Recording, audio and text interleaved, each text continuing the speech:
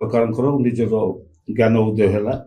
କାରଣ ଆମେ ବାରମ୍ବାର କହି ଆସିଥିଲୁ ଯେ ଅନ୍ତତଃ ପକ୍ଷେ ଲୋକଙ୍କ ହାତକୁ କିଛି ପଇସା ଯାଉ, ତାର ଗୋଟେ ସୂଚନା ଏଥିରେ ମିଳିଲା।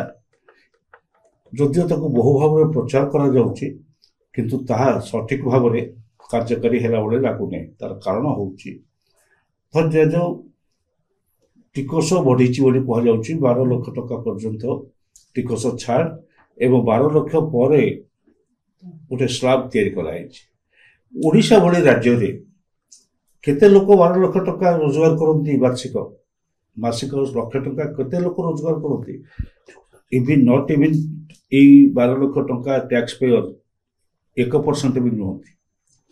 4,50,00,000 ଲୋକରୁ 45,000 ଲୋକ ଆମର ନୁହଁ ଟ୍ୟାକ୍ସ ପେୟର, ମାନେ 13 ଲକ୍ଷ ଟଙ୍କା ଠାରୁ ଉର୍ଦ୍ଧ୍ୱ ଟ୍ୟାକ୍ସ ପେୟର ନୁହଁ। କିଛି ଲୋକ ଅଛନ୍ତି ଯେଉଁମାନେ 3 ଲକ୍ଷ 4 ଲକ୍ଷ 5 ଲକ୍ଷ 4 ଲକ୍ଷ 5 ଲକ୍ଷ ଆରି ଭିତରୁ 12 ଲକ୍ଷ ଟଙ୍କା। ସୋ ସେମିତି ଓଡ଼ିଶା ପରି ଅନେକ ରାଜ୍ୟ ଅଛି ଯେଉଁଠି ଆର କିଛି ନାହିଁ। ଦିଲ୍ଲୀ ଭଳିଆ ରାଜ୍ୟରେ ଠିକ୍ ଅଛି, ମହାରାଷ୍ଟ୍ରରେ ଠିକ୍ ଅଛି, ତାମିଲନାଡୁରେ ଠିକ୍ ଅଛି, ଯେଉଁଠିକି ଆୟ ବଢ଼ିଛି ତାଙ୍କ ପାଇଁ କିଛି ମିଳିବ। କିନ୍ତୁ ତା ସମୁଦାୟ ମିଶିଲେ ମଧ୍ୟ ଭାରତବର୍ଷରେ ସେଇ 1.5% ଲୋକ 1%ରୁ 1.5% ଲୋକ ଆଦର ଲାଭବାନ ହେବେ। ଆଉ ଅନ୍ୟ କାହା ପାଇଁ କି କୌଣସି ସୁବିଧା ସୁଯୋଗ ଥିଲା ଭଳି ଆଦରେ ଲକ୍ଷ୍ୟ କରାଯାଉ ନାହିଁ। ବିଶେଷ ଭାବରେ ରୋଜଗାର କରିବା ଖାଲି ହାତ ଯେଉଁମାନଙ୍କର ଅଛି, ଯାହାର ଆୟ ଆଦୌ ନାହିଁ, ଯେଉଁ ଭାବରେ ହଉ ରୋଜଗାର କରନ୍ତୁ ଆୟ କରନ୍ତୁ, ସେ ବ୍ୟବସ୍ଥା ଏଥିରେ ନାହିଁ। ଦ୍ୱିତୀୟ କଥା ହେଉଛି ଯେଉଁ ପ୍ରତି ବର୍ଷ କରୁଥିବା ଆୟ ଯେଉଁ କ୍ଷୟ ହେଇକି ଯାଉଛି, କାରଣ ଟଙ୍କାର ମୂଲ୍ୟ କମୁଛି, ବଜାର ଦର ବଢ଼ୁଛି, ବଜାରର ଦର ଅସ୍ଥିର, ସେଥିରେ ସମସ୍ତ ଆମେ ଲକ୍ଷ୍ୟ କରୁଛେ ଲୋକଙ୍କର ଆୟ ଅପେକ୍ଷା ବ୍ୟୟ ବଢ଼ିକି ଯାଉଛି। ଆୟ ଯେତିକି ବଢ଼ୁନାହିଁ, ବ୍ୟୟ ତା ଅପେକ୍ଷା। ତେଣୁ ସେଇଥିରେ ଏସବୁ ବସ୍ତୁକୁ ଆମେ ଲକ୍ଷ୍ୟ କଲେ କାହାରି କିଛି ଲାଭ ନାହିଁ, ଭାରତବର୍ଷର ଲାଭ ନାହିଁ।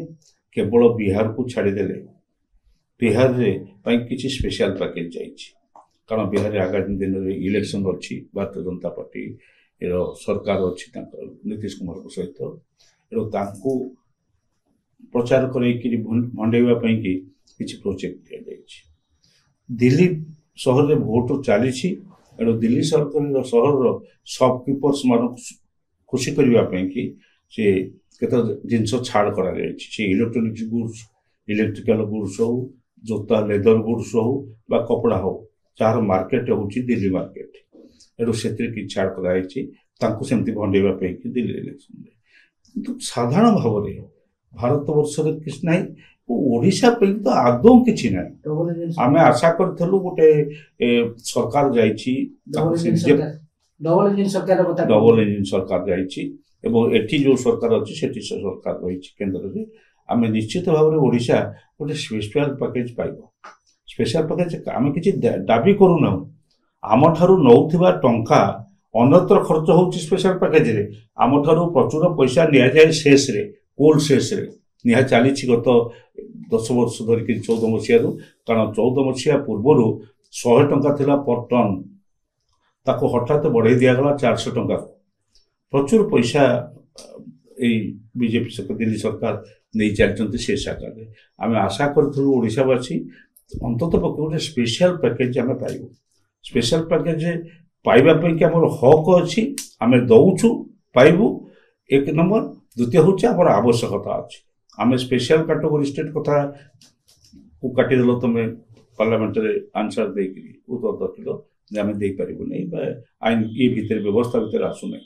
କିନ୍ତୁ ସ୍ପେଶାଲ ପ୍ରୋଭିଜନ କରିବା ପାଇଁ ଏଠି ପ୍ରତିବର୍ଷ ଆମ ରାଜ୍ୟରେ ବାତ୍ୟା ଘଟୁଛି।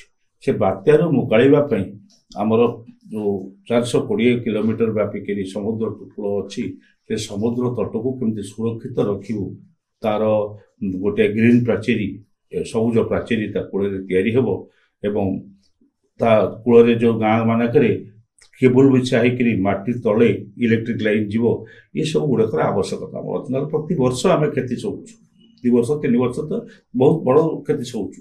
ତେଣୁ ସେଥିରୁ ରକ୍ଷା ପାଇବାକୁ ସ୍ପେଶାଲ ପ୍ୟାକେଜ ଆମେ ଆଶା କରିଥାଉ, ତା ବି ଓଡ଼ିଶାବାସୀକୁ ମିଳିଲାନି।